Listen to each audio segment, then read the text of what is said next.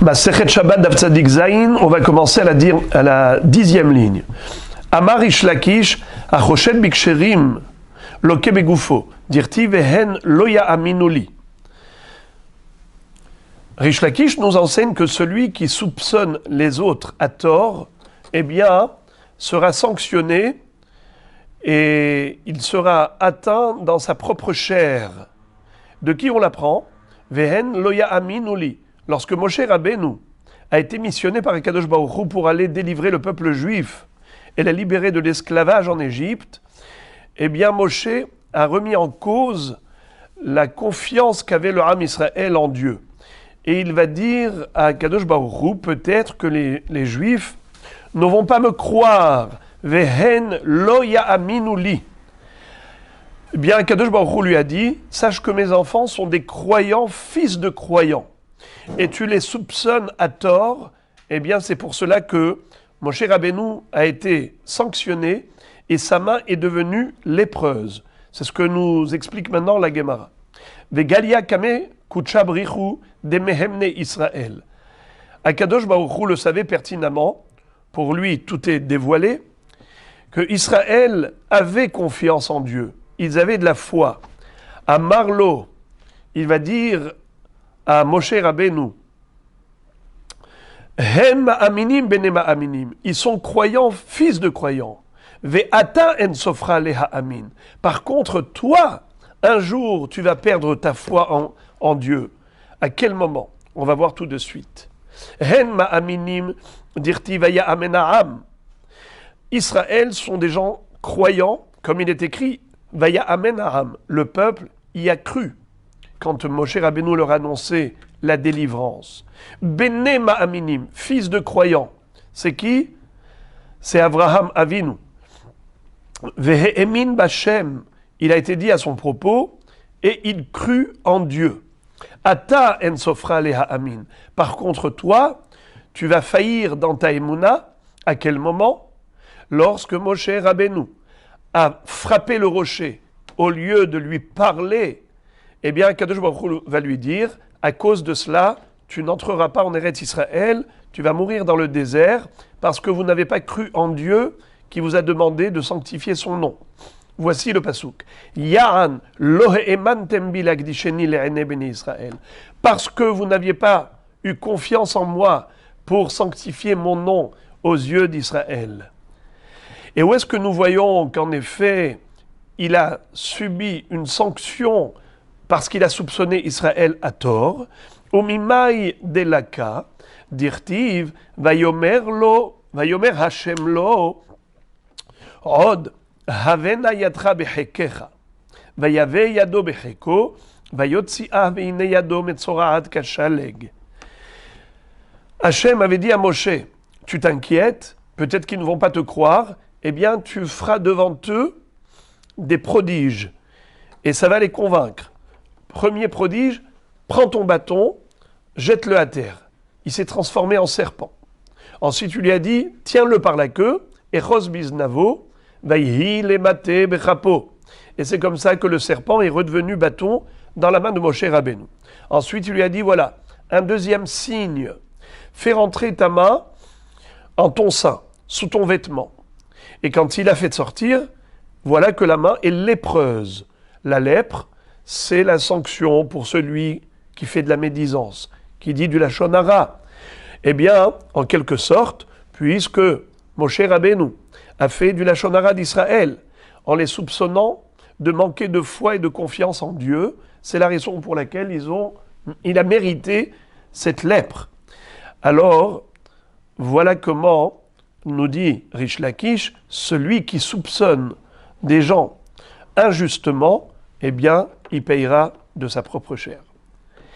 Puisqu'on a parlé de cette sanction qu'a subi Moshe Rabbeinu, eh bien, la Gemara nous enseigne encore un détail très important. Amarava, Vetema Rabbi Yossi Barbi Hanina. Certains disent que c'est Rava qui est l'auteur de cet enseignement, d'autres disent que c'est Rabbi Yossi Barbi Hanina. Midat Tova, Memaheret Lavo, Mimidat pour Anout.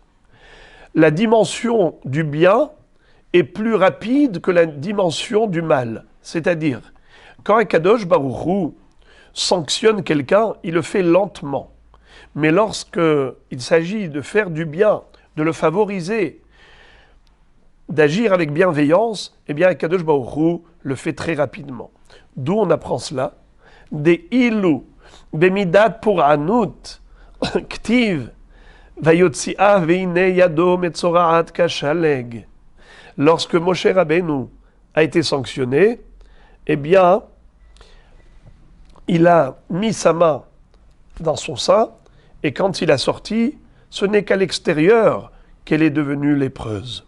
Ve'ilou bemidatova, mais pour le bien, c'est-à-dire pour la guérison de la main de Moshe, ktiv vayotsia mecheko ve'hine shava kibsaro. Mecheko ou des shava kibsaro. Quand il a remise dans sa poitrine, eh bien, elle a guéri immédiatement, elle est redevenue comme autrefois, une chair saine. Ce qui veut dire que déjà, avant même de la sortir à l'extérieur, elle avait déjà guéri. Pour tomber malade, il a fallu faire sortir la main à l'extérieur, pas en son sein. Mais pour guérir, immédiatement, dès qu'il a posé en son sein, elle a guéri. Ce qui veut dire qu'Akadosh Baruch Hu, il envoie le bien beaucoup plus rapidement que ce qu'il n'envoie comme sanction. Puisqu'on a parlé de ces prodiges, la Gemara conclut le sujet avec encore un autre miracle que Aaron à Cohen avait réalisé.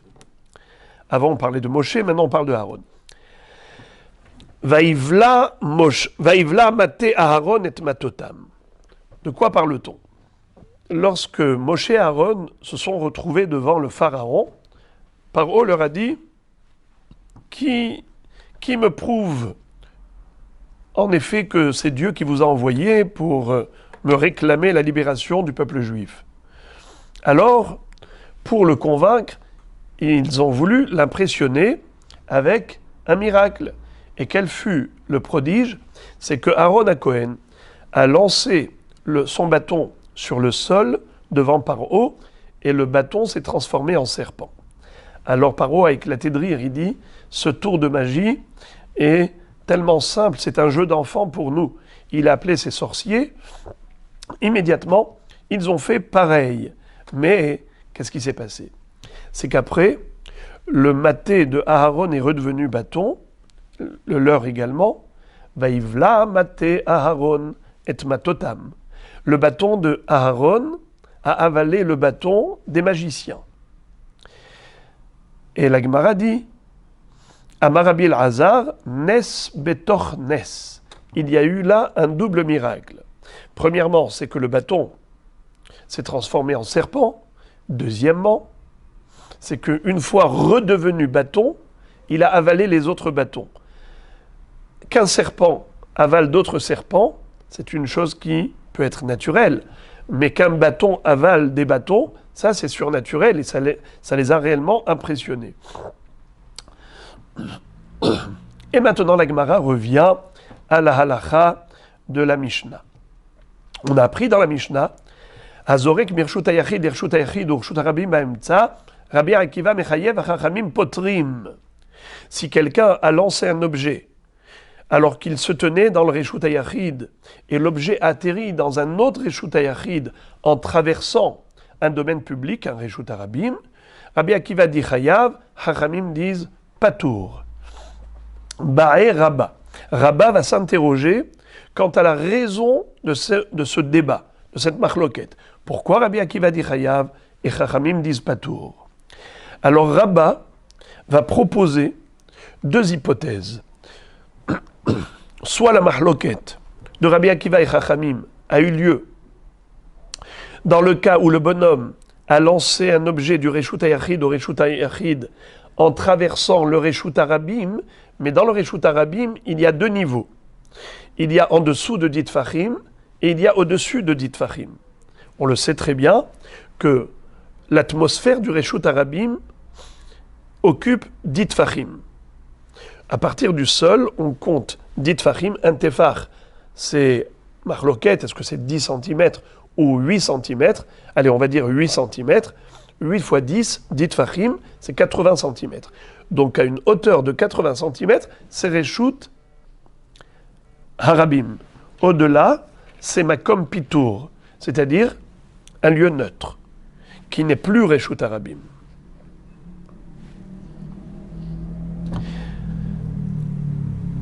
Alors, deux possibilités.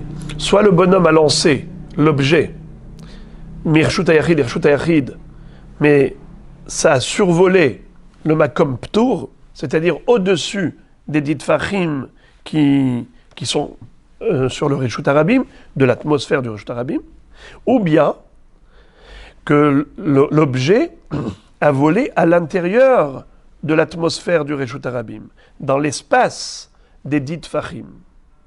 Ce qu'on appelle les Mata Me'asarat Fachim, ou bien les Ma'ala Me'asarat Fachim. C'est la Machloket.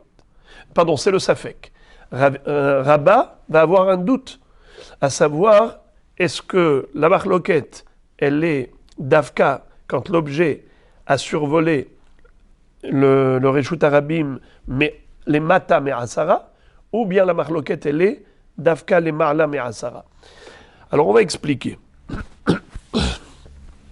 Avant de lire dans les mots. Si la Machloket, elle a lieu les Mata Me'asara, donc la discussion elle est de savoir, à savoir, est-ce que Kluta Kemi Sheuncha Damia, est-ce qu'un objet qui a été capté dans l'atmosphère du Reshut Harabim, c'est comme si c'était posé à terre. Rabbi Akiva dit oui, Chachamim dirait non. Ou bien, si la Machloket elle est au-dessus de dit Fachim, quelle est la raison pour laquelle Rabbi Akiva dit Chayav et pourquoi Chachamim dirait Patour? Parce que dans le Mishkan, on avait des agalotes. Lorsqu'on voyageait, on allait démonter le Mishkan, il fallait transporter les poutres. Les poutres qui étaient au sol, eh bien, le Lévi qui était par terre allait donner au Lévi qui était sur la première calèche. Et le Lévi qui était sur la première calèche allait transmettre la poutre au Lévi qui se tenait sur la deuxième calèche, qui était derrière la première. Donc il y avait ce qu'on appelle Moshit, Mirshut Hayachid, Lirshut Hayachid, Derech Reshut Harabim. Entre les deux calèches, c'était Reshut Harabim. Donc le Lévi qui était sur la première calèche, qui va transmettre la poutre au Lévi qui est sur la deuxième, il a été Moshit, il a tendu la poutre, mi Reshut Hayachid, les Reshut Hayachid.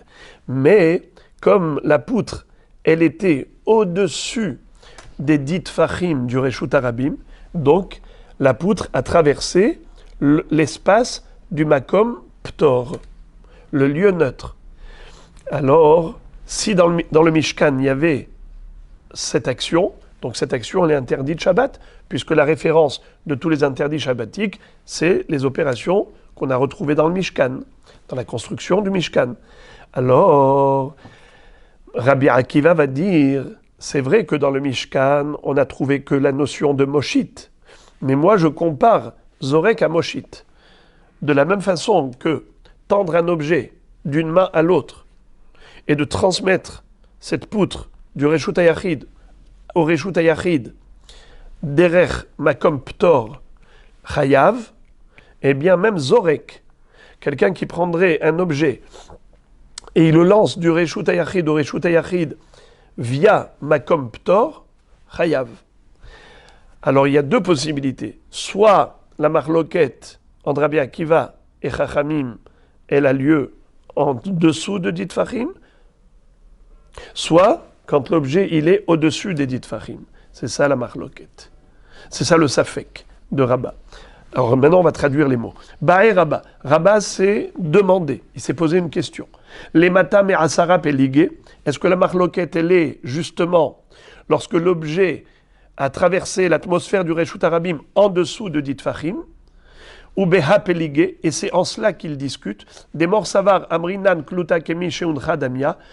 Rabbi Akiva pense qu'un objet qui a été capté dans l'atmosphère du Reshut Harabim, c'est comme s'il a reposé là-bas, il s'est posé là-bas. Ou mort savar, et l'autre, maître, pense, c'est-à-dire Chachamim, lo amrinan kluta kemi sheuncha damia, on ne dit pas ainsi. ce concept n'existe pas pour les Chachamim.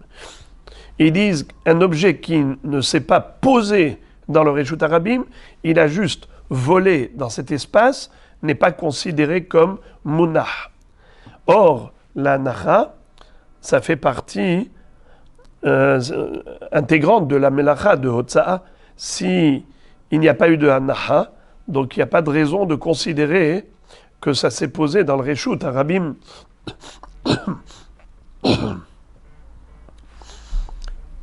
Aval les ma'ala me'asara divrei hakol patour, mais si l'objet a survolé l'espace du makom ptor, au-dessus des dit fachim de l'atmosphère du Reshut Harabim, donc l'objet se retrouve où? Dans le makom ptor. Divrei hakol patour, même Rabbi Akiva serait d'accord avec les Chachamim pour dire que dans ce cas il est patour.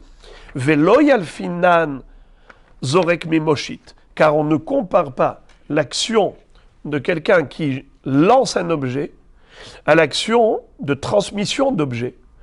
Moshit, ça, en effet, c'est quelque chose qu'on a trouvé dans le Mishkan, mais on n'a jamais vu dans le Mishkan l'action de lancer, de jeter un objet. Donc, d'après tout le monde, il serait pas tour. Odilma, ou peut-être les Marla Me'asara Pélégué. Au contraire, justement, la marloquette entre eux, entre Rabbi Akiva et Chachamim, elle a lieu quand une personne a lancé un objet du Reshut HaYachid à l'autre Reshut HaYachid via Makom Ptor, au-dessus de dit Fachim, ou Behap Ligé. Et c'est en cela qu'ils discutent. Mor Savar Yalfinan Zorek Mimoshit.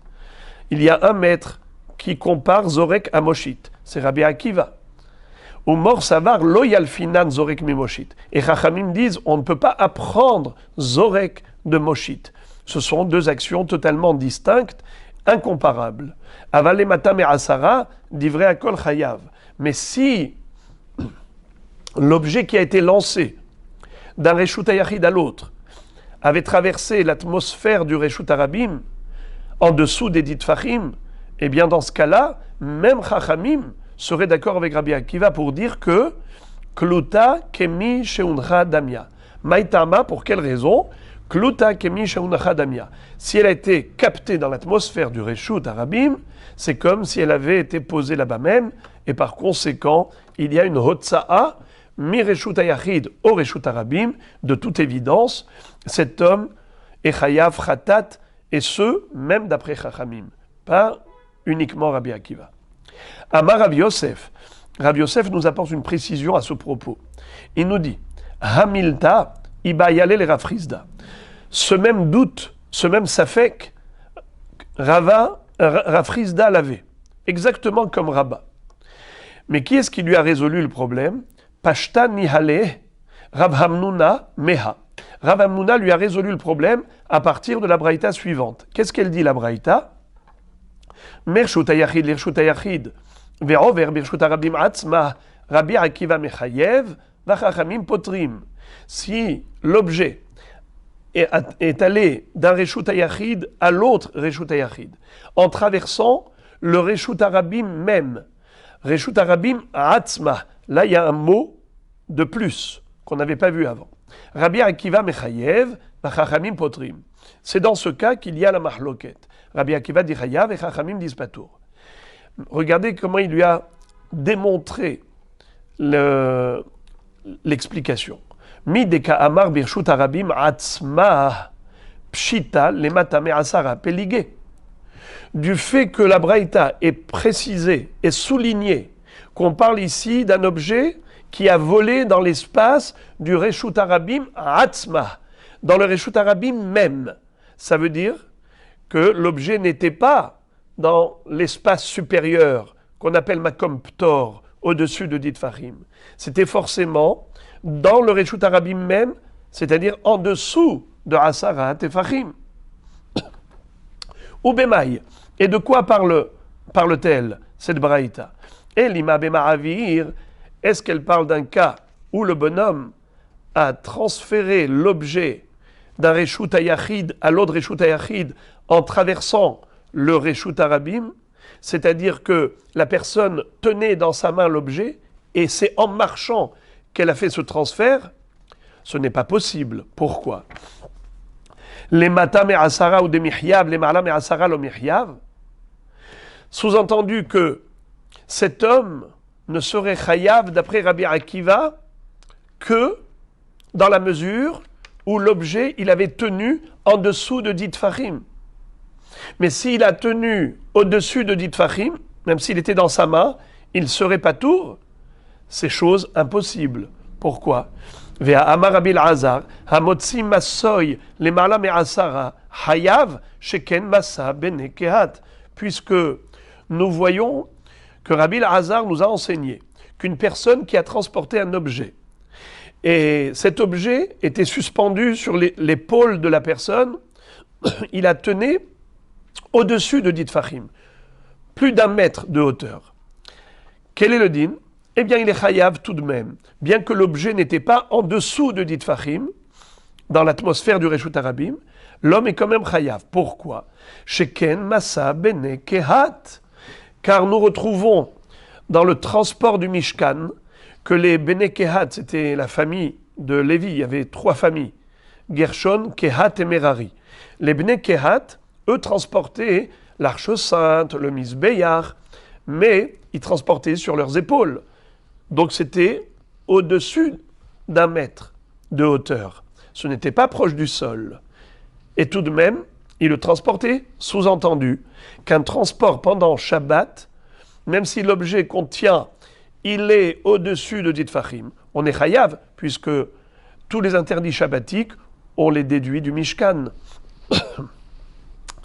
Donc c'est impossible de dire que Rabbi Akiva est mechayev uniquement si l'objet transporté était en dessous de 10 tfachim. Pas possible. Et la lave bezorek. Donc forcément, cette baraïta ne parle pas du tout d'un cas de ma'avir, de quelqu'un qui transporte dans sa main et qui marche. On parle de quelqu'un qui a lancé l'objet. Il a lâché. Bezorek. Alors, il a lancé d'un Reshut Hayachid à l'autre via Reshut Harabim. Et maintenant, on comprend. Les mata me'asara ou des mihyav. Quand est-ce que Rabbi Akiva dit chayav uniquement? Lorsque l'objet a volé en dessous de 10 tfachim. Aval ma'ala me'asara, lo mihyav. Mais si l'objet avait survolé le Reshut Harabim en traversant l'espace du Makom Ptor, c'est-à-dire au-dessus de 10 tfachim, dans ce cas-là, même Rabbi Akiva serait d'accord qu'il n'est pas tour.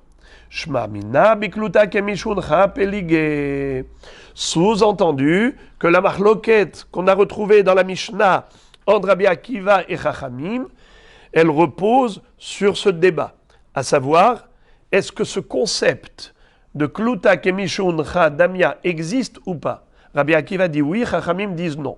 Pour Rabbi Akiva, à partir du moment où l'objet est capté dans l'atmosphère du Reshut Harabim, c'est comme s'il s'était posé là-bas. Et Chachamim disent que non. Mais les Ma'ala Me'asara, mais si l'objet a traversé le Makom Ptor, au-dessus de 10 tfachim, d'après tout le monde, il n'est pas tour. Mais la Gemara nous dit qu'il y a une autre opinion.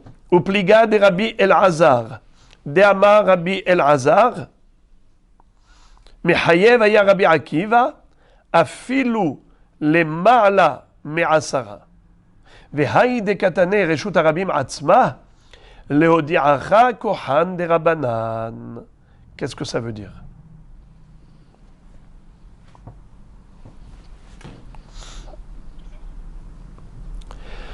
Rabbi Elazar pense que la marloquette entre Rabbi Akiva et Chachamim, elle est même si l'objet qu'on a lancé a traversé l'espace du Makom Ptor, au-dessus de 10 tfachim.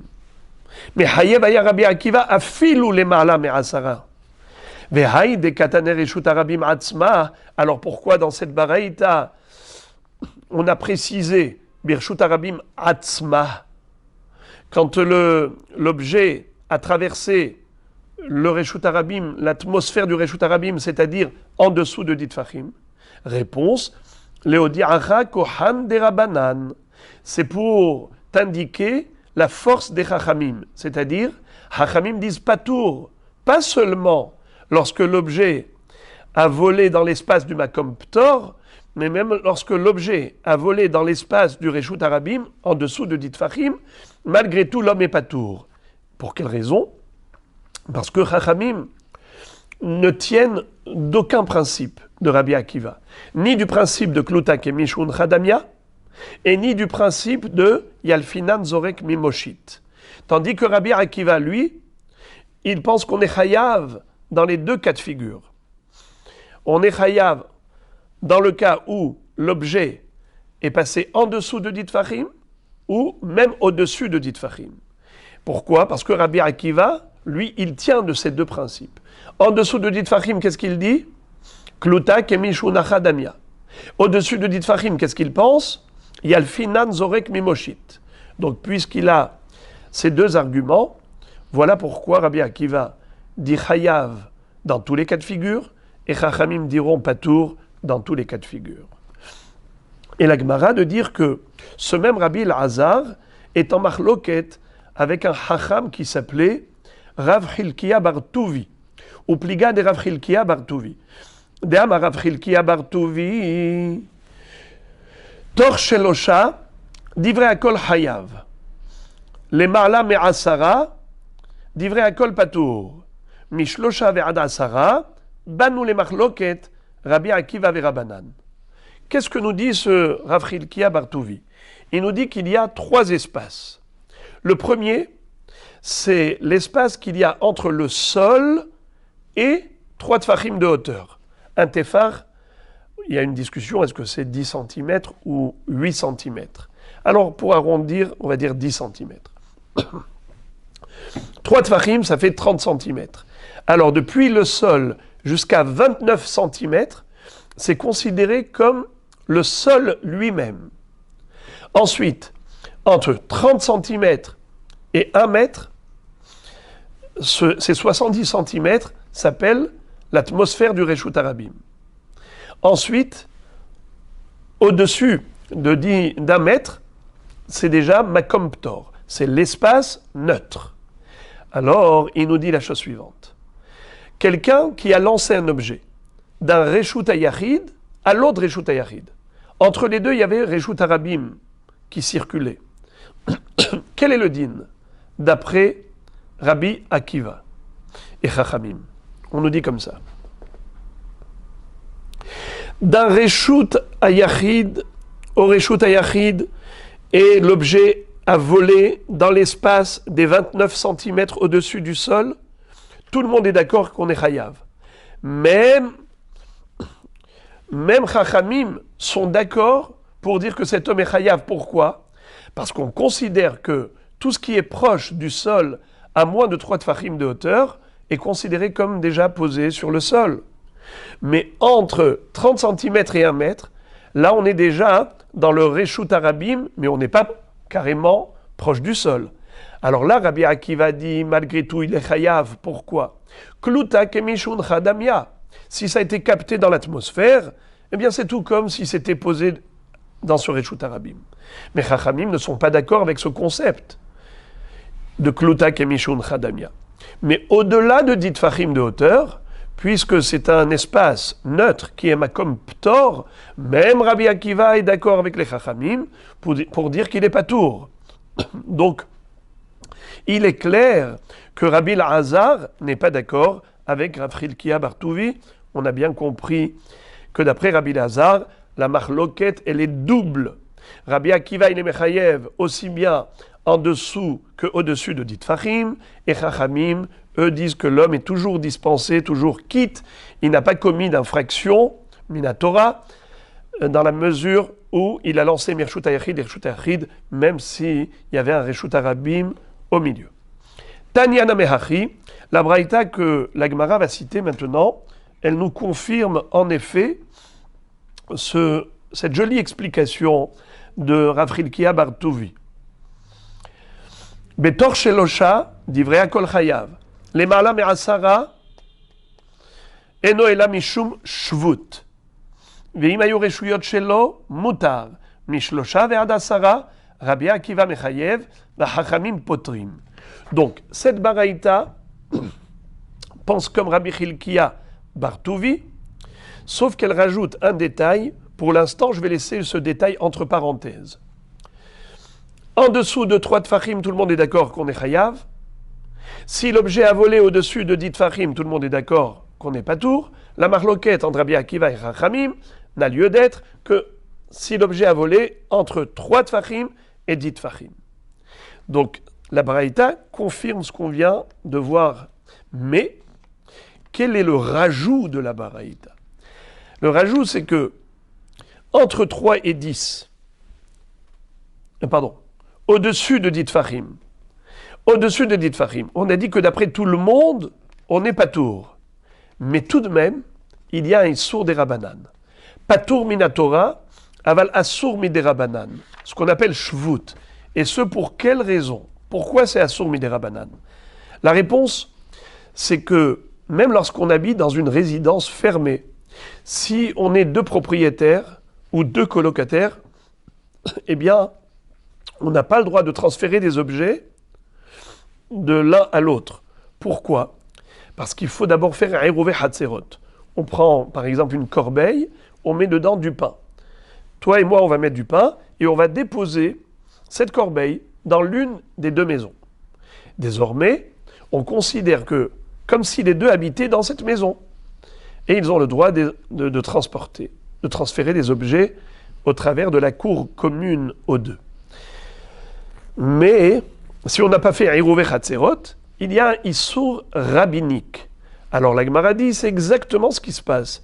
Lorsqu'on a 2 propriétaires, chacun il a sa maison, et il y a le Reshut Harabim qui sépare les 2 maisons, alors Minatora, il n'y a pas de Issour de lancer un objet d'une maison à l'autre, mais Midei Rabbanan, c'est interdit. Pourquoi?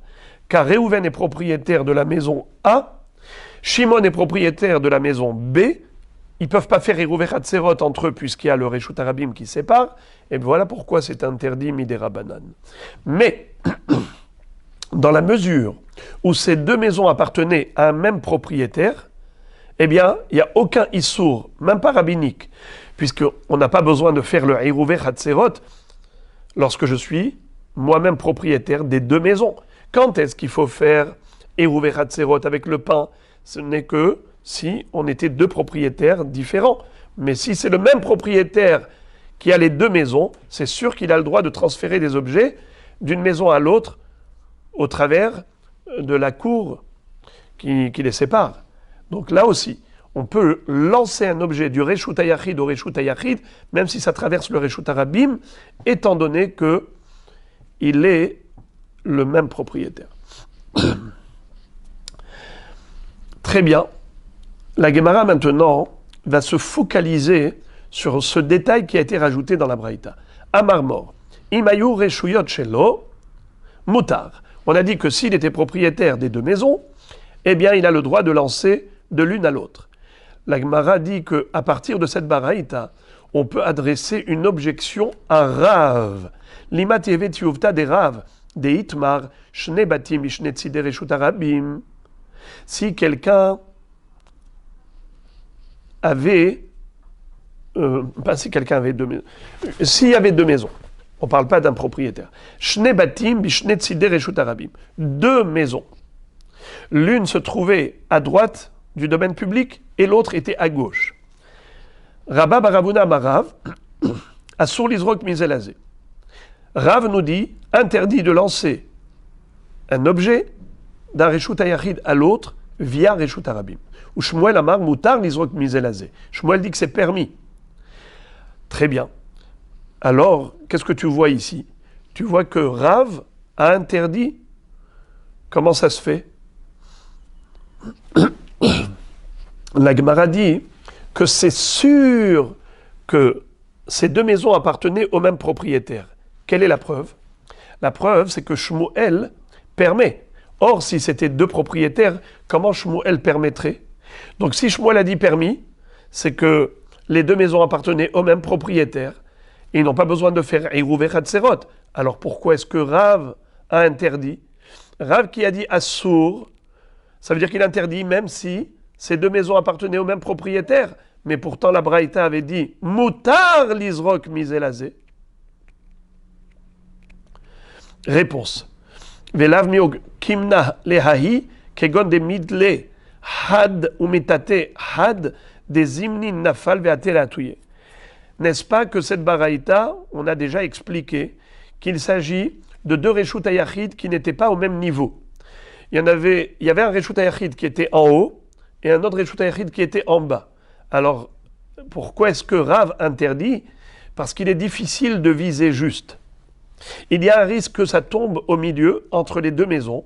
Et alors, le problème n'est pas que ça tombe au milieu. Des imnin des nafal ve'atel atouye. Le problème, c'est que l'homme pourrait être tenté d'aller récupérer l'objet qui est tombé entre les deux maisons. Et quand il va aller le récupérer, il va le transporter pendant Shabbat dans la rue. C'est là le problème. Entre parenthèses, pourquoi il n'y a pas de problème que ça tombe au milieu? Pourquoi tout le problème, c'est que l'homme oublie que c'est Shabbat et qu'il aille le récupérer? Sous-entendu qu'il n'y a aucun problème que ça tombe au milieu. Mais déjà, c'est un problème. Car s'il va rater son coup, et au lieu de lancer d'un Reshut HaYachid à l'autre, il va lancer du Reshut HaYachid et ça va tomber dans le Reshut HaRabim, déjà il fait une Avera. Pourquoi nous ne craignons pas ce risque? Réponse, ça s'appelle Davar chez Eno Mitkaven ve Eno Psikreche. Il n'avait pas la kavana de lancer dans la rue. Il voulait lancer d'un balcon à l'autre. Donc, Reshut HaYachid et Reshut HaYachid, c'est permis. Ah, c'est tombé sans le vouloir, ça s'appelle Davar chez Eno Mitkaven. Et ce n'est pas psychréché, ça veut dire que ce n'est pas certain que ça va tomber entre les deux maisons, car il peut viser juste. C'est la raison pour laquelle le seul problème que nous craignons, c'est que l'homme aille récupérer son objet et qu'il oublie que c'est Shabbat, il va le transporter.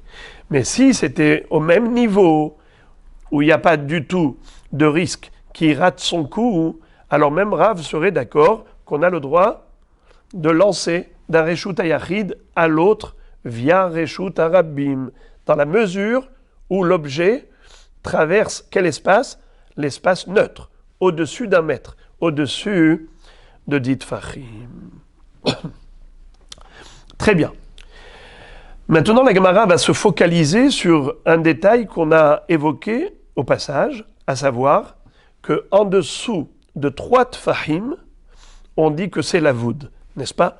On vient de dire que si l'objet a traversé le Reshut HaRabim, mais dans un niveau de hauteur inférieur à 3 tfachim, j'ai dit 3 tfachim, par exemple, c'est 30 cm, alors s'il a volé en dessous de 30 cm, 29 ou 28 ou 27, eh bien, il est chayav d'après tout le monde. Parce que c'est comme si l'objet s'était posé sur le sol du Reshut HaRabim. Alors la Gemara maintenant va essayer de comprendre, savoir quelle est l'origine, la référence de cette halakha qui consiste à dire que tout espace qui est proche de 3 tfachim, eh bien est considéré comme collé. Amar les Rav Chizda, les Rav Hamnuna. Rav Chizda pose la question à Rav Hamnuna. Ve'amrela, Rav Hamnuna les Rav Chizda. Il y a ceux qui disent que c'est le contraire. C'est Rav Hamnuna qui a posé la question à Rav Chizda. Quelle question? Mena hamilta de Amur Rabanan. D'où provient cette chose-là que les Chachamim nous ont enseignée?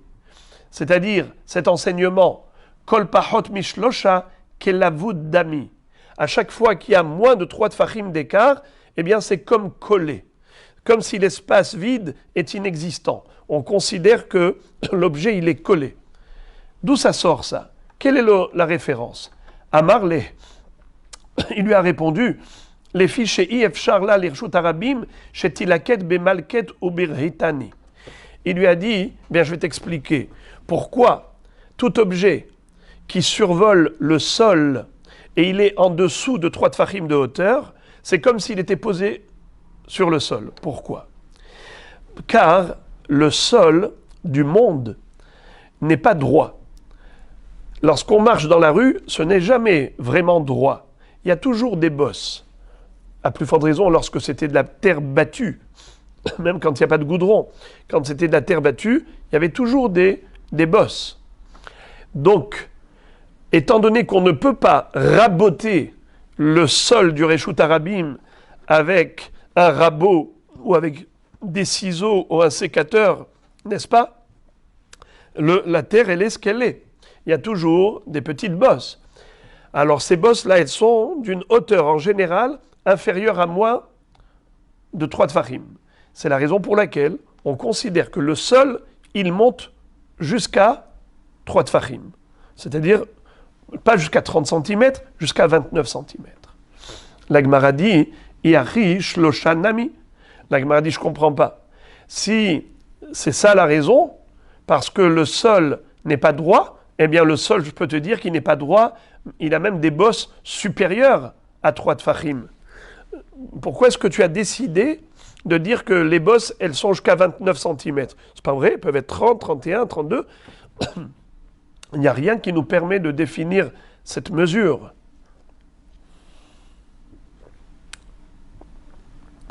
Vetou. Et encore, deuxième question. Haditnan, ce qu'on a étudié dans Masechet Souka, dans une Mishnah qui dit Hameshalshel defanot milemarla lemata, imhem gvohi mina aretz shlosha tefachim psula. Si quelqu'un construisait sa souka en fabriquant les parois de la souka, comment il a fabriqué? Il a pris des roseaux, il était en train de tisser des parois en osier. C'est-à-dire que les parois de la souka, les défanotes, c'était du tissage qui allait de haut en bas. Donc il mettait des roseaux verticaux et ensuite il enfilait des roseaux horizontaux. Et c'est comme ça qu'il a fait sa paroi. On nous dit comme ça. S'il s'est arrêté de construire sa paroi avec ses roseaux à un niveau de 3 tfachim d'écart entre le sol et le bas de la mechitza, eh bien, dans ce cas-là, la souka n'est pas cachère. Pachot mishlosha keshera. Mais si l'espace vide qu'il y a entre le sol et la paroi est inférieur à 3 tfachim d'écart, eh bien, dans ce cas-là, la souka est cachère. Nachon. Donc ici, tu vois que la raison pour laquelle c'est cachère, c'est parce que nous considérons que la paroi, elle est longue, et qu'elle descend jusqu'au sol. Donc ce n'est pas une question de bosse, que le sol a des bosses ou pas des bosses. Tu vois que c'est la paroi que l'on tire jusqu'au sol. Ça veut dire qu'il y a une halakha bien spécifique qui considère tout écart inférieur à 3 tfachim comme inexistant. C'est comme si l'espace vide qu'il y avait entre la mechitza et le sol n'existait pas parce qu'on a tiré la mechitza vers le sol. Alors il lui dit, tu sais quoi? Par rapport à la souka, ce n'est pas une question.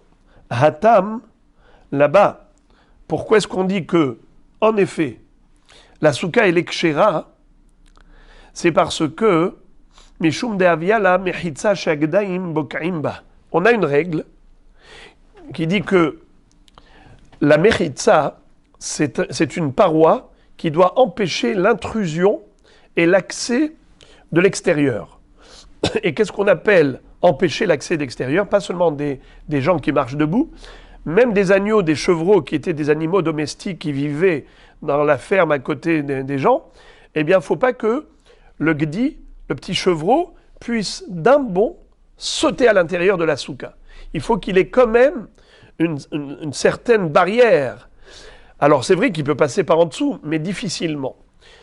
À partir du moment où la mechitza de la souka, elle atteint un niveau proche du sol, qui fait que hagdaim lo bokaimba, les chevreaux ne peuvent pas s'introduire à l'intérieur d'un bond facilement, eh bien ça s'appelle une mechitza keshera. Donc c'est pas parce qu'on considère que la mechitza, elle est rallongée jusqu'au bas, jusqu'au sol. Non, c'est juste parce que elle empêche l'accès des chevreaux. C'est ce qui fait que la souka est cachère. D'accord. Alors lui dit, j'entends ce que tu me dis, mais ça marche pas. Tenach le mata, les marla maïka les mémar. Si en effet on avait appliqué le lavoud juste par rapport au sol, alors tu m'as bien répondu. Mais on voit que le lavoud, c'est pas que au niveau du sol, même en hauteur. Par exemple, on a le skar de la souka et on a une paroi qui est loin du skar. Elle est éloignée. Quel est le din? Alors parfois kasher, parfois pasoul. Si entre le skar et la paroi, il y a moins de 3 tfachim d'écart, on considère comme si c'était collé. Mais si entre eux, il y a plus de 3 tfachim d'écart, alors ce n'est pas kasher, car ce skar n'a pas de paroi. La paroi, elle est trop éloignée. Donc tu vois qu'il y a une halakha qui dit lavoud. Lavoud, ça veut dire que c'est collé, c'est relié, pas seulement au niveau du sol, même au niveau du srach avec la paroi. Et là, kol pachot mishlosha kelavudami, hilcheta gemirela. La Gemara nous révèle le secret. Quelle est l'origine? Quelle est la source de cette halakha? De dire que quand l'espace vide qui sépare un objet de l'autre, un élément de l'autre, est inférieur à 3 tfachim, c'est considéré comme inexistant, comme si c'était plein. C'est une halakha les Moshe Misinaï. C'est Moshe Rabbeinu qui a reçu d'Akadosh Baruch Hu la halakha concernant le lavoud. D'ailleurs, la Gemara, dans Masechet Souka, nous dit qu'il y a 3 halachot qui concernent les mechitzot, Gud, Ulvud, Vedofen Akuma, halakha les Moshe Misinaï. Tout cela, on l'a appris par Moshe Rabbeinu oralement.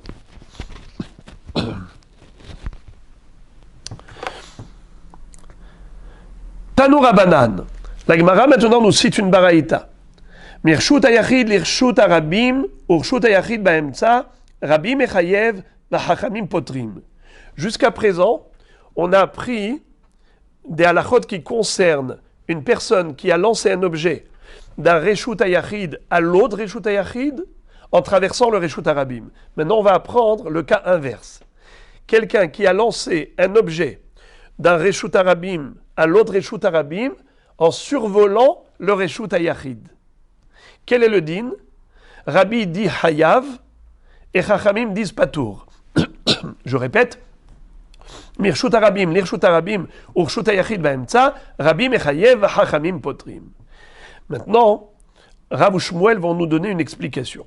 Rav ou Shmuel de Amre Tarvaïhu, les deux ont dit Lo hiyev rabbi el abirshut ayachid mekure.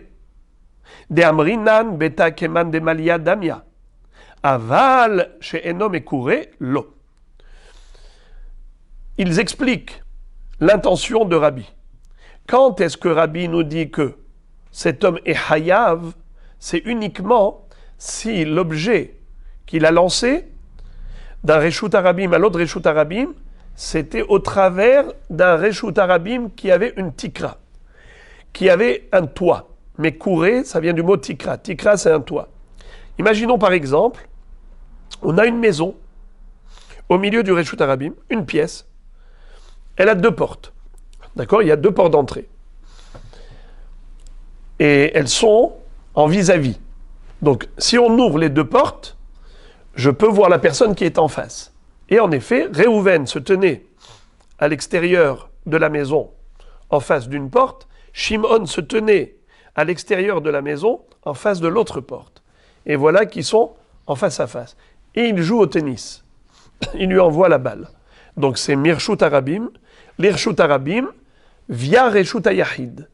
Mais ce Reshut Ayachid là, il est mekouré, il a une tikra, puisque c'est une maison, il y a un toit forcément.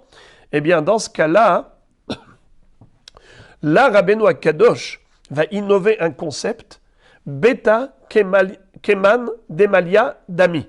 Une maison est considérée toujours comme pleine. Qu'est-ce que ça veut dire? En général, il y a toujours des objets dans une maison. Il y a des lits, des tables, des chaises, il y a toujours des objets. Alors, une maison, c'est fait pour être plein. Et donc, ça nous donne carrément un concept qui consiste à dire que toute maison, elle est pleine. Alors, l'objet, la balle de tennis qui a traversé cette maison, en fait, elle est partie du Reshut Arabim, elle s'est arrêtée dans la maison, et de la maison, elle est sortie à l'extérieur. Mais si c'était un Reshut Arabim, un Reshut Yachid qui n'avait pas de toit, alors là, on n'applique pas la règle Keman de Maliadami. On ne dit pas que c'est considéré comme si c'était plein et que ça s'était posé. Mais il ne sera pas tour. Quand est-ce que Rabbi a dit Hayav? Que si la maison était recouverte d'un toit. Le Reshut Yachid était un Reshut Yachid avec un toit. Mais il existe des Reshut Yachid qui n'ont pas de toit. Par exemple, un Reshut Yachid, il y a juste une clôture. Il y a une clôture, il y a des mechitzot, mais il n'y a pas de toit. Eh bien là, Rabbeinu Akadosh ne dira pas qu'il est Hayav. Et maintenant, la Gemara va nous citer un hidouche extraordinaire. Amar Rav Hana, Amar Rav Yuda, Amar Shmuel, Mechayev aya Rabbi Shtaim, Achat mishum hotza'a ve achat mishum achnasa. Rabbeinu Akadosh, qu'est-ce qu'il vient de dire? Hayav. Eh bien, Shmuel nous dit qu'il n'est pas Hayav que d'un seul korban, que par rapport à une seule melacha, mais Shtaim, il doit apporter 2 korbanot. Achat mishum hotza'a ve achat mishum achnasa. Cet homme a commis 2 infractions. D'abord, il a fait rentrer l'objet de l'extérieur à l'intérieur de la maison, et ensuite l'objet, par cette même force du jet, du coup de lancement, eh bien, il va sortir de la maison vers l'extérieur. Alors il fait 2 averot.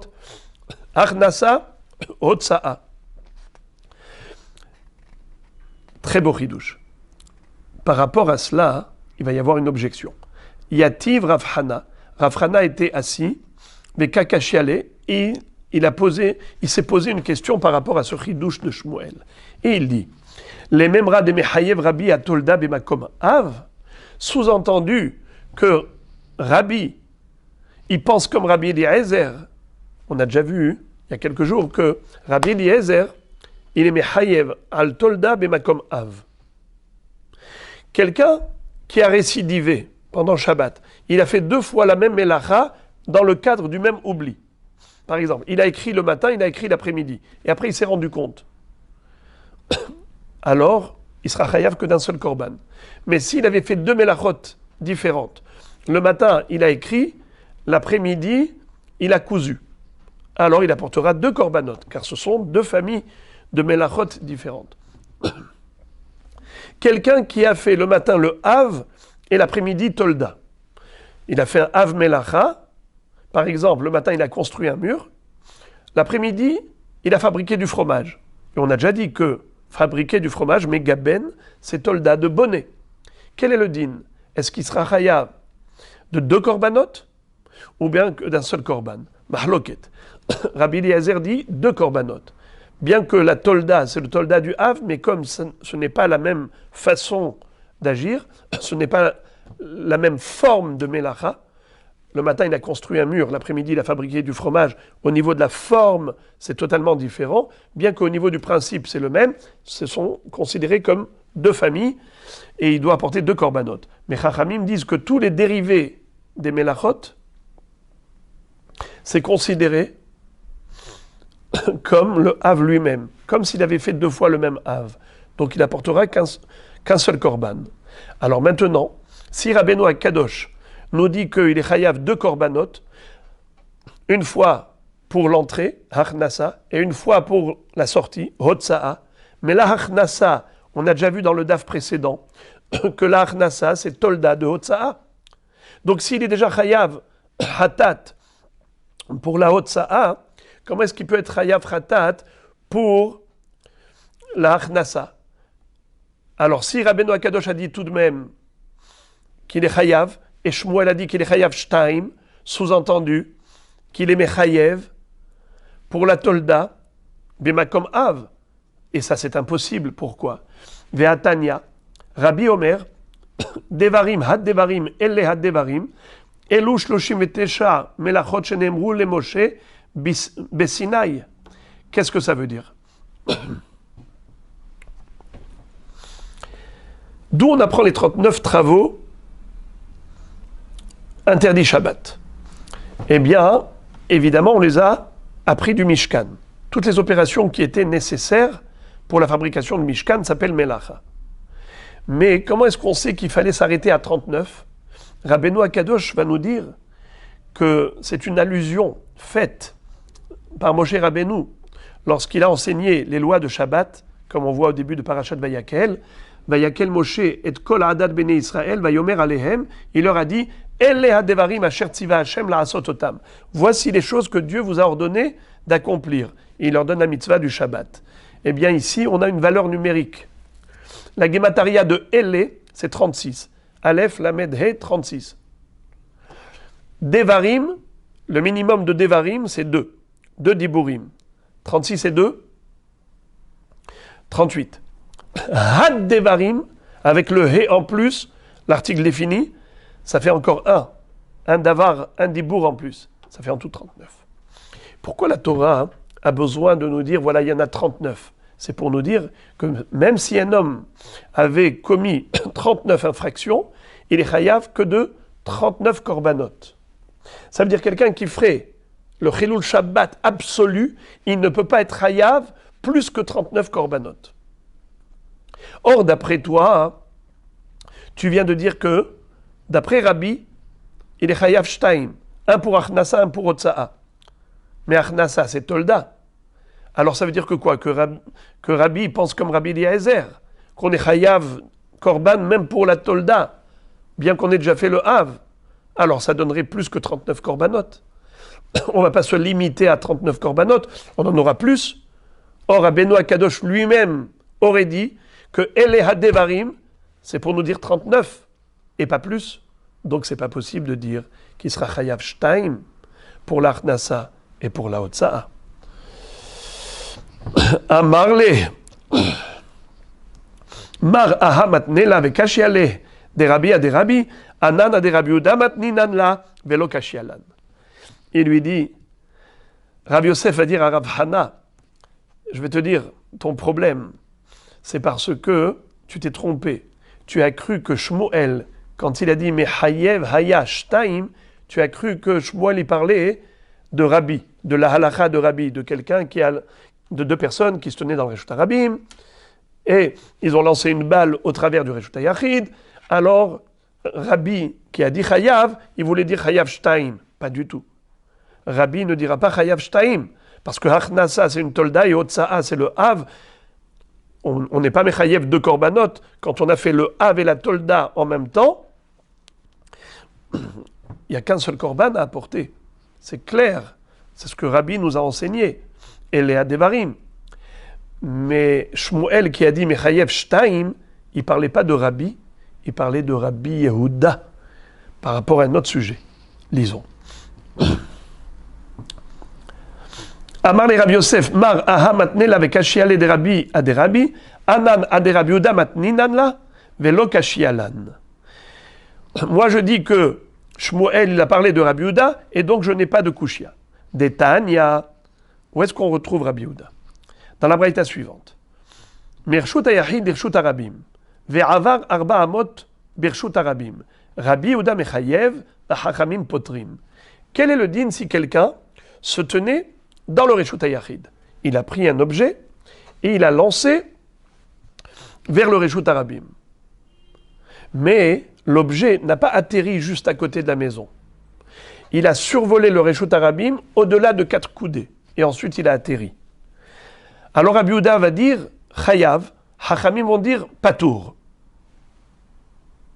Il a lancé un objet du Reshut HaYachid au Reshut HaRabim. Dans le Reshut HaRabim, ça a volé au-delà de 4 coudées. Eh bien, Rabbi Yehuda dit Chayav, Hachamim disent Patour. On ne comprend pas pourquoi Hachamim vont dire Patour. Amar Rabbi Yehuda Amar Shmuel, mais Chayav aya Rabbi Yehuda Shtaim, Achat mishum Otsa'a ve Achat mishum Avara. Deis al kadatar Hada ou de Michyav, Miklal de Rabanan Patre le Gamre. Ha'apik la Mirshut HaYachid, Reshut HaRabim.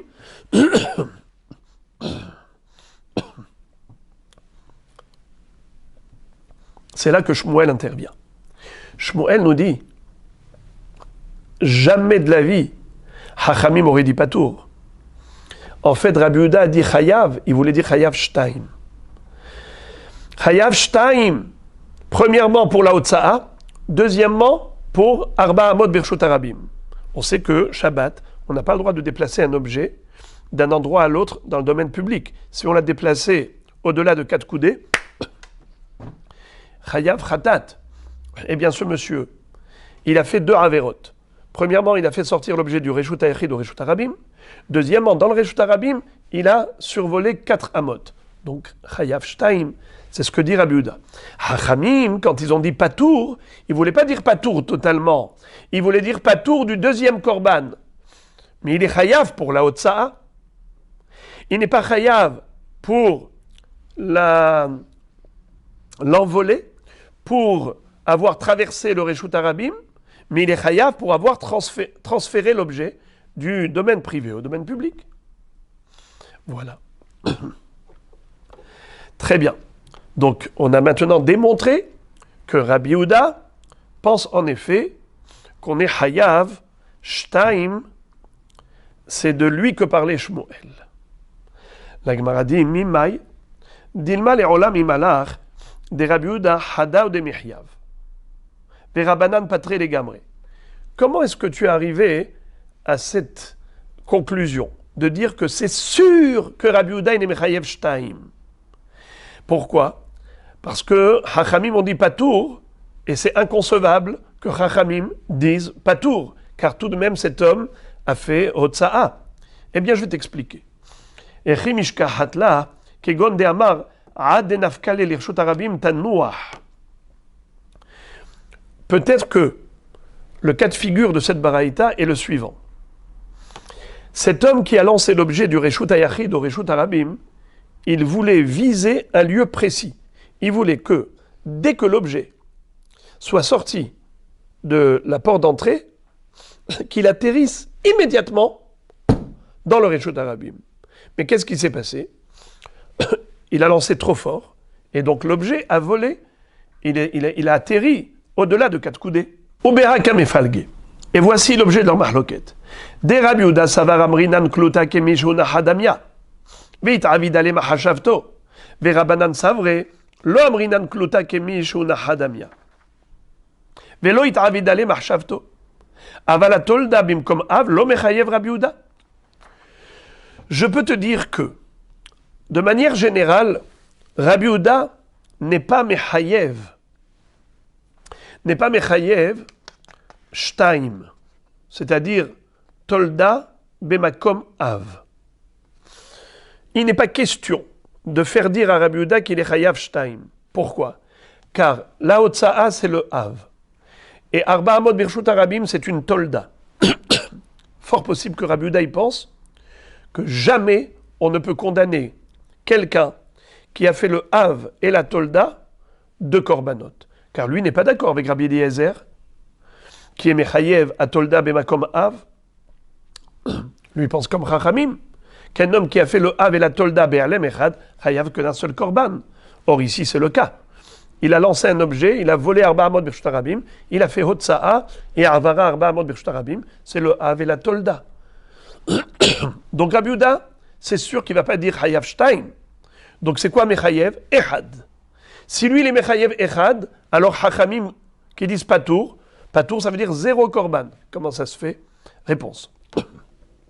Cet homme, comme sa volonté c'était que l'objet atterrisse bédiouk devant l'entrée de la maison, et l'objet est allé beaucoup plus loin que sa volonté, ça veut dire que l'action qui a été faite par maladresse n'est pas le fruit de sa volonté. Or, Shabbat, nous avons une règle. Mlechet Mahshevet Asra Torah. Pour être chayav pour une melacha, il faut avoir la volonté de faire un acte précis. Or, si moi j'ai fait une action A, je voulais faire une action A, et finalement j'ai fait une action B, eh bien c'est pas ce que je voulais faire. Je suis pas tour par rapport à l'action B. Alors maintenant, pourquoi Rabbi Yehuda dit chayav? Parce que Rabbi Yehuda il pense comme Rabbi Akiva. Kluta kemi she'unacha damya. Quand ça arrive dans l'atmosphère du Reshut HaRabim, c'est comme si ça s'était posé là-bas. Qu'est-ce qu'il voulait? Que ça se pose bidiouk là-bas, à la sortie de la maison. Dès que ça arrive au Reshut HaRabim, eh bien c'est le cas. Kluta kemi she'unacha damya.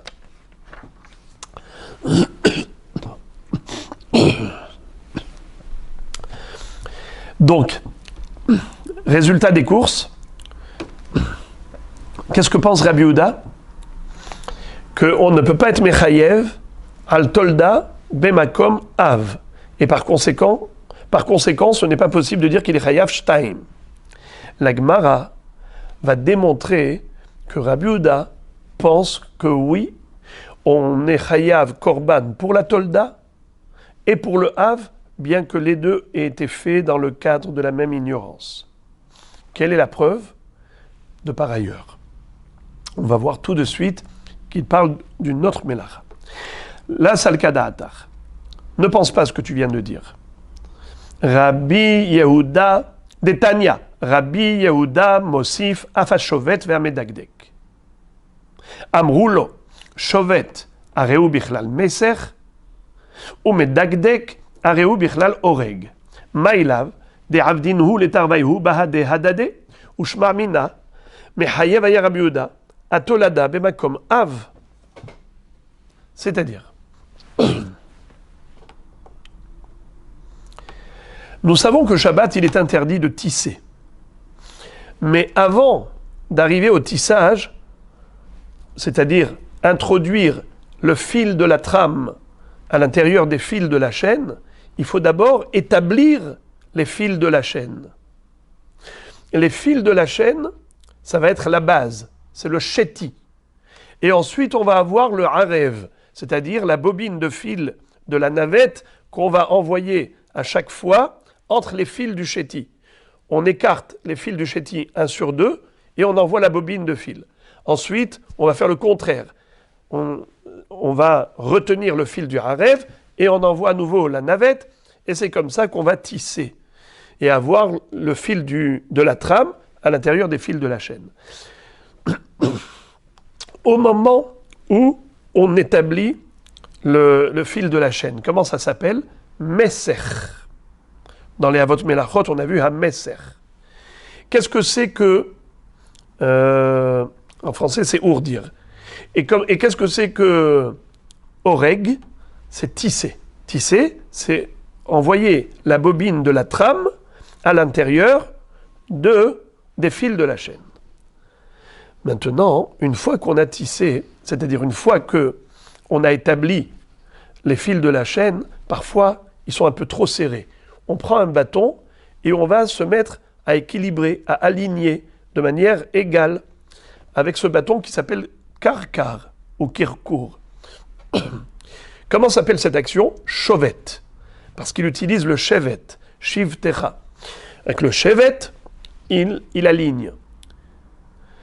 Et au niveau du fil de la trame, on utilise un autre bâton qui s'appelle, avec lequel on va être medakdek. C'est quoi medakdek? C'est donner des coups sur le fil de la trame pour qu'il se détende, pour pas que ce soit serré, pour que le tissu soit équilibré. Comment s'appelle la tolda de Oreg? Pardon, on ne va pas parler pour l'instant de toldot. D'abord, on parle des avot. Le av, c'est Oreg. Le av, c'est Messer. Donc, établir les fils de la chaîne, comment ça s'appelle? Messer. Établir et tisser la trame dans la chaîne, comment ça s'appelle? Oreg.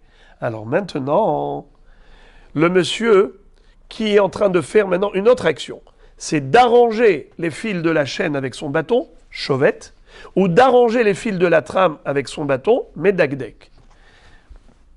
Rabbi Yehuda, qu'est-ce qu'il a fait?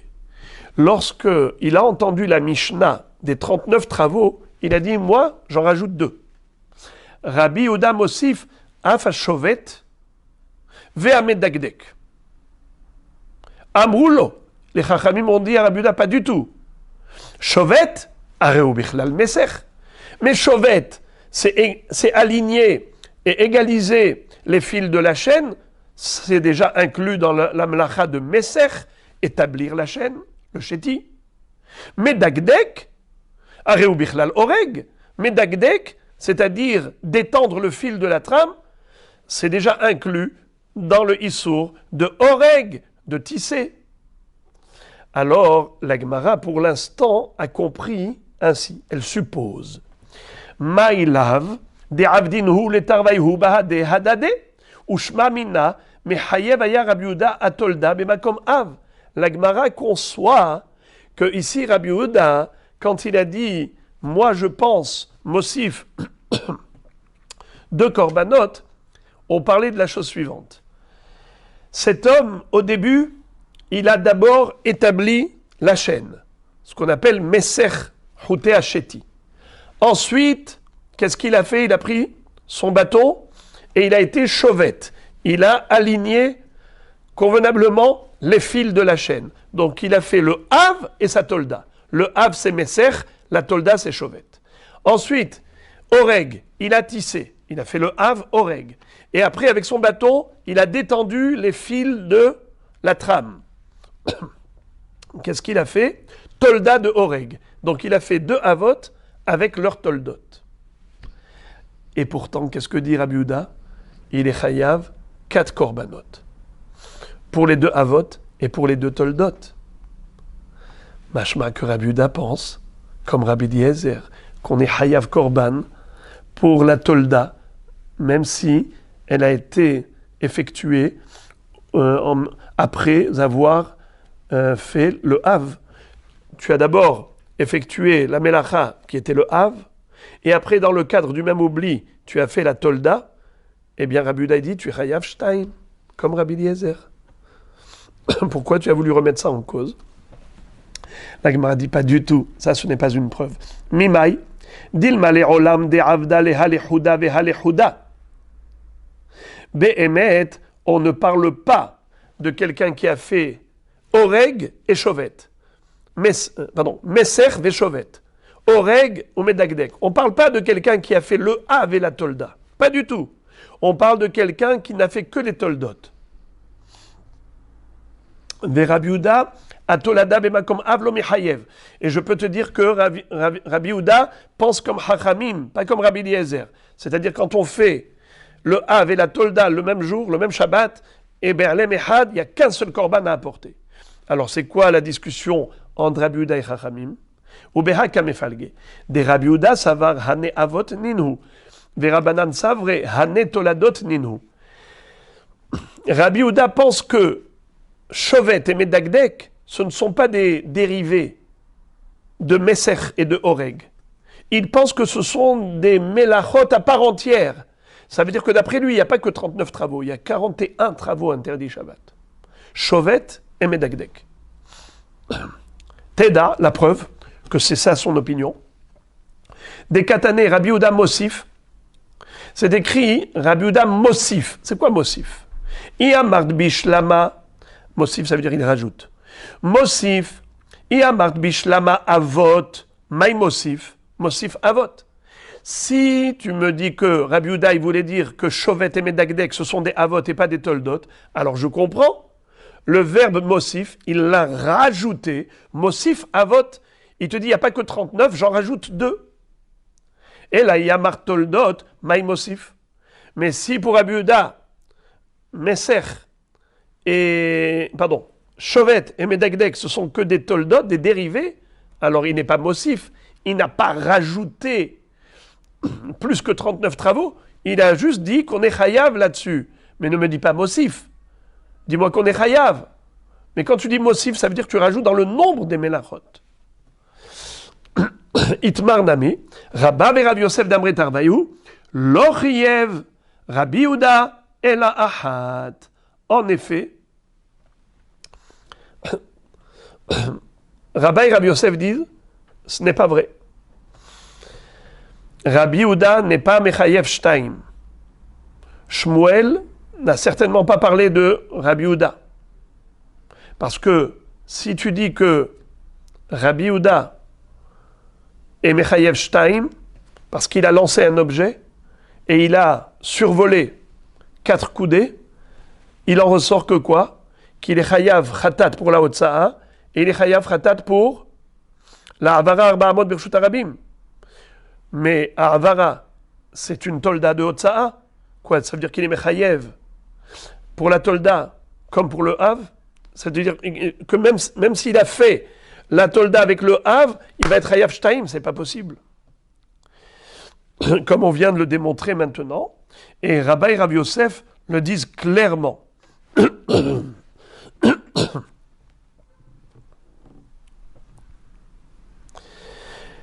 Alors, il y a dans les Rishonim deux façons d'expliquer. Soit que Rabba et Rabbi Yosef ne sont pas d'accord avec Shmuel. Shmuel, il pense qu'on est Chayav, Shtaim, d'après Rabbi Yehuda, pour le Hav et pour la Tolda, parce que Rabbi Yehuda, il pense comme Rabbi Eliezer. Et Rabba et Rabbi Yosef ne sont pas d'accord avec Shmuel. Mais le Rashba rapporte au nom de Rabbi Gaon que Béhémet, même d'après Shmuel, Rabbi Yehuda n'est pas Mechayev Shtaim, c'est-à-dire pour le Hav et pour la Tolda. Alors pourquoi est-ce que, en l'occurrence, quand quelqu'un a lancé un objet et il a traversé Arba Amot, Birshut Arabim, il serait Chayav Shtaim? Eh bien parce que eux ils pensent que Arba Amot, Birshut Arabim, ce n'est pas une Tolda de Hotza'a, c'est un Hav, puisque c'est Halacha le Moshe Misinaï. Une Tolda, c'est quelque chose qu'on déduit par logique ou bien par comparaison avec le Mishkan. C'est-à-dire, on a trouvé dans le Mishkan ces actions de Hotza'a, mais les Arba Amot Birshut Arabim, c'est Halacha le Moshe Misinaï. Voilà pourquoi il est Chayav Shtaim d'après Shmuel. Shmuel a dit que Rabbi Yehuda est Chayav Shtaim pour la Hotza'a et pour Arba Amot Birshut Arabim, parce que les deux c'est des Avot. Pas parce qu'ils pensent que Tolda, Bemakom Av, Chayav Shtaim. Et la Gemara conclut le sujet. Amar le Ravina le Ravashi. Ulmaï de Salik Adatin Me'ikara. De Mechayev aya Rabbi Yehuda Shtaim. Il est Acha Kaba'ela, le Acha lo Kaba'ela. Il est Acha Kaba'ela, le Acha lo Kaba'ela.